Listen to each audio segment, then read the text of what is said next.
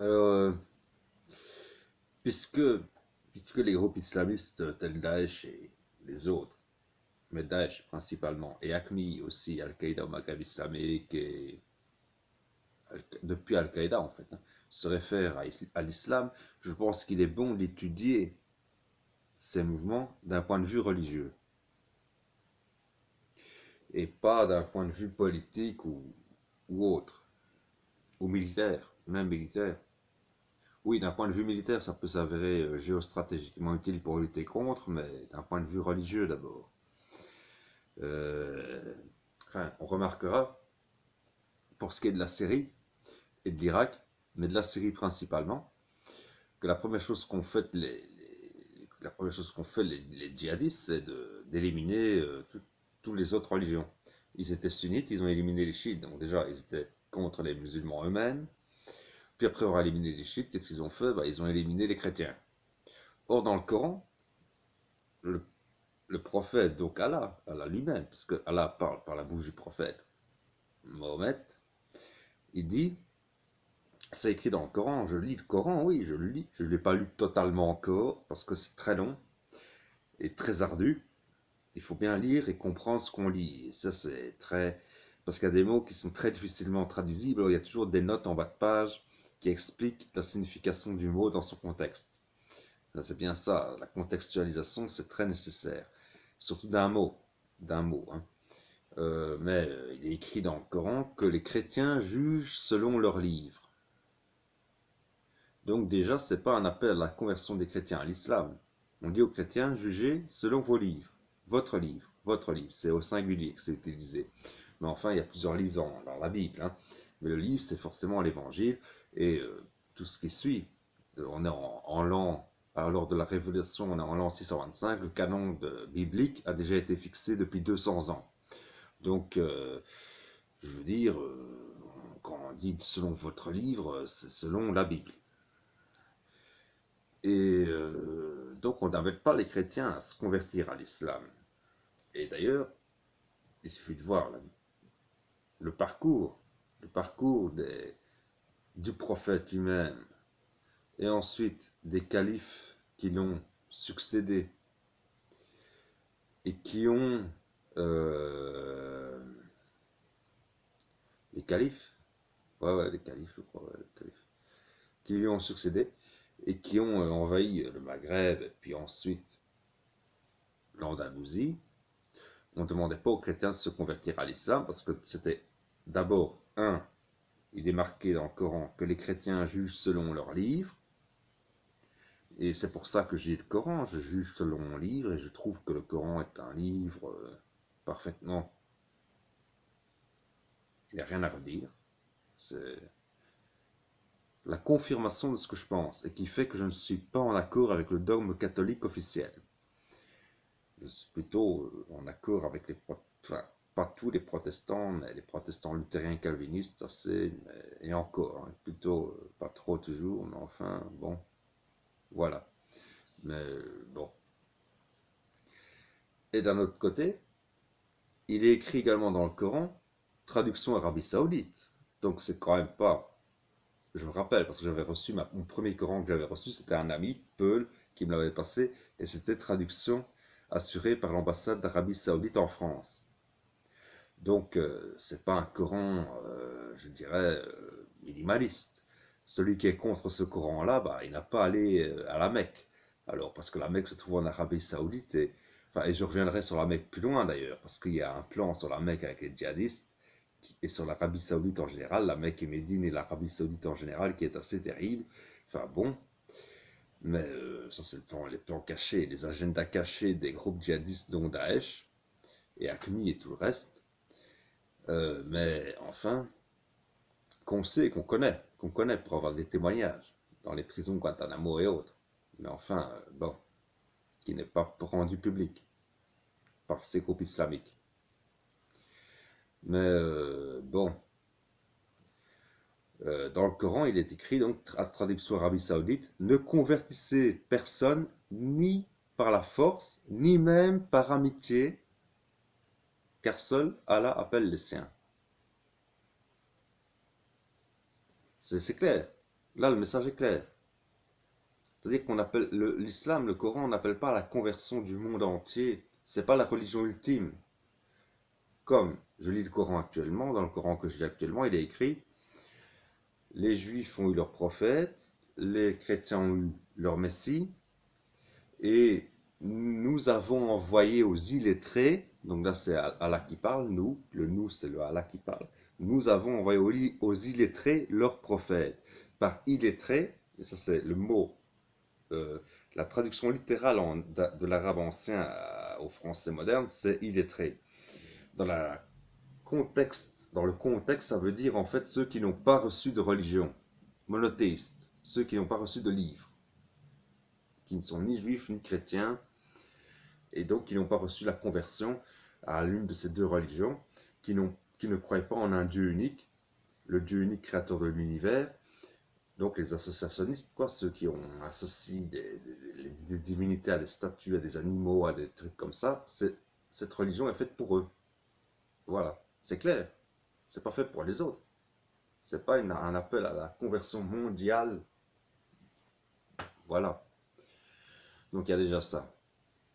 Donc déjà, cette base de vouloir envahir le monde pour convertir est faussée dès le départ par rapport au message du Coran. Ça ne correspond pas au message du Coran. Et ensuite, vous me direz, oui, mais non, parce que le christianisme n'a rien à voir avec le Coran. Donc si on dit que les chrétiens jugent selon leurs livres, ça veut dire que le Coran est inexact. Ah bah non. Par exemple, l'alcool et le jeu d'argent. Le Coran dit strictement,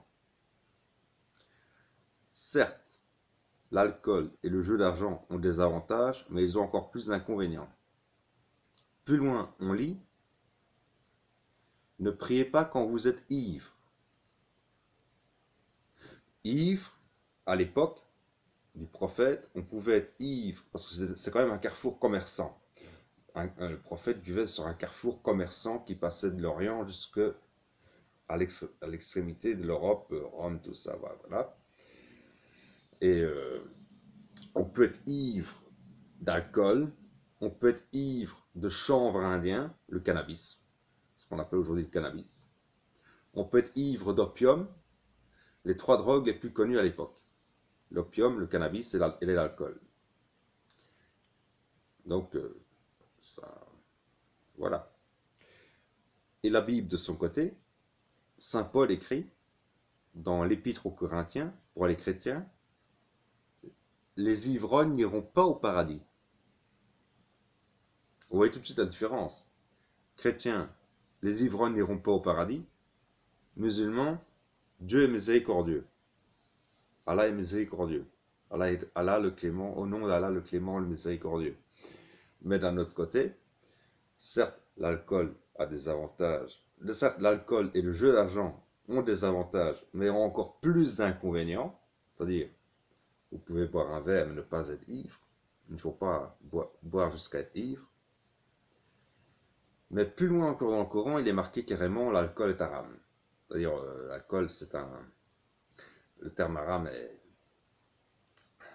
renvoie à une phrase complète qui est péché qui met en jeu la vie dans l'au-delà.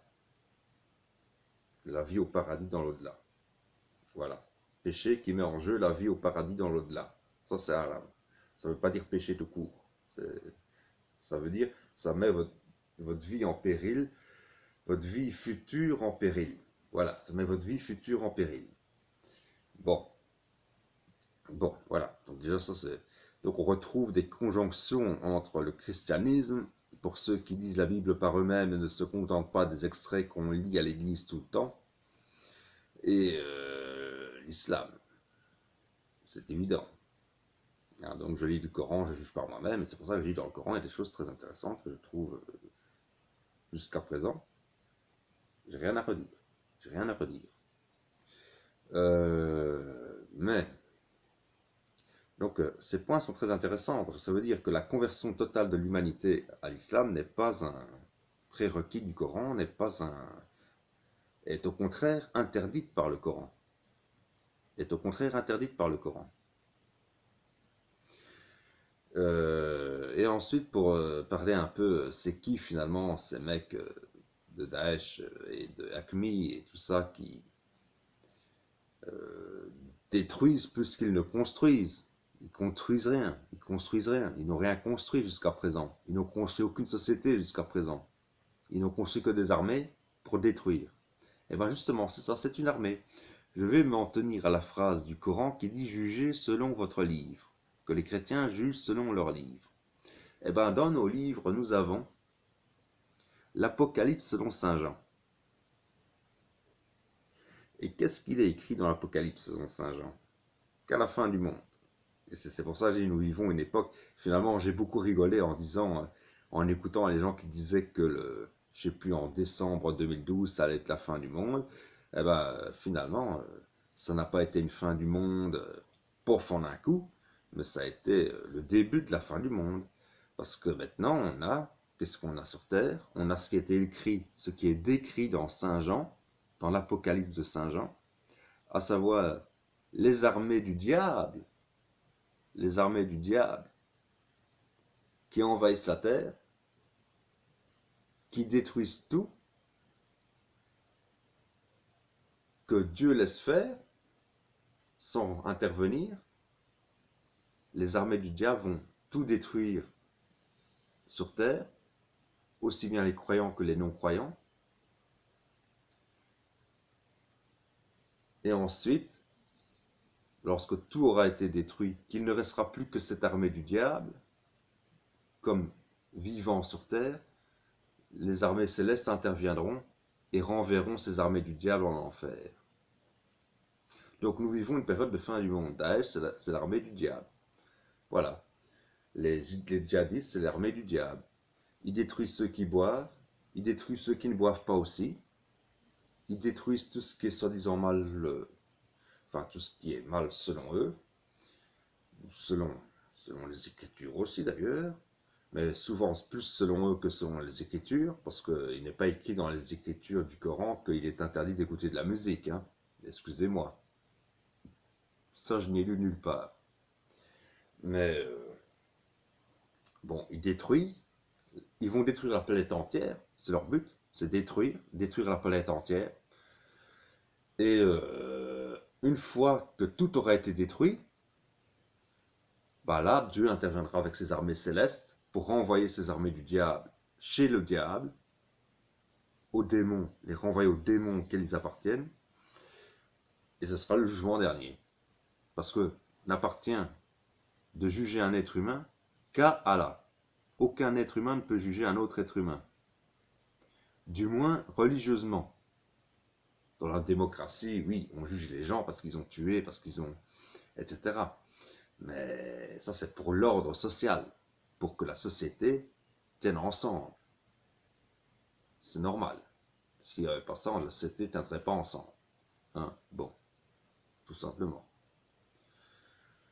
D'ailleurs, puisqu'il est écrit dans le Coran que les chrétiens jugent selon leur livre, il est clairement écrit dans le livre chrétien qu'il faut respecter les autorités politiques. C'est d'ailleurs pour ça que Jésus, on lui en a beaucoup voulu, et que les Juifs ne l'ont pas écouté. C'est parce que les Juifs attendaient un Messie qui libère Israël de la domination romaine, alors que Jésus a dit, non, il faut respecter les autorités. Ah, là, ça fait un sacré... Hein, bon.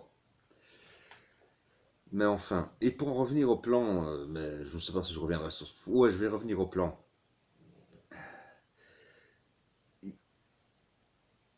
Enfin non, je ne vais pas parler de l'Arabie Saoudite, mais enfin, allez, je vais l'évoquer. Je veux dire, il est dans les plans de Daesh et d'Aqmi et de tous les groupes djihadistes d'envahir, de faire la reconquête de la Mecque et de Médine, qui selon eux est tenue par des musulmans tellement modérés qu'ils en deviennent mécréants, et qu'il faut rendre à Allah, au vrai, à la vraie religion musulmane selon eux. Et donc ils vont envahir l'Arabie Saoudite. L'Arabie Saoudite est une cible, et c'est pas pour rien que l'Arabie Saoudite demande la protection des Américains et ne cesse de la demander, de la redemander chaque année.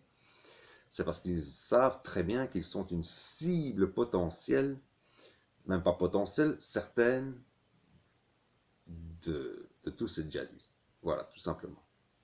Donc voilà, c'était une analyse religieuse. Donc en fait, voilà, les Daesh, les islamistes, loin d'être des musulmans, sont tout simplement les armées du diable de l'Armageddon décrites dans l'Apocalypse de Saint Jean. Religieusement parlant, religieusement parlant. Pour moi, c'est ça.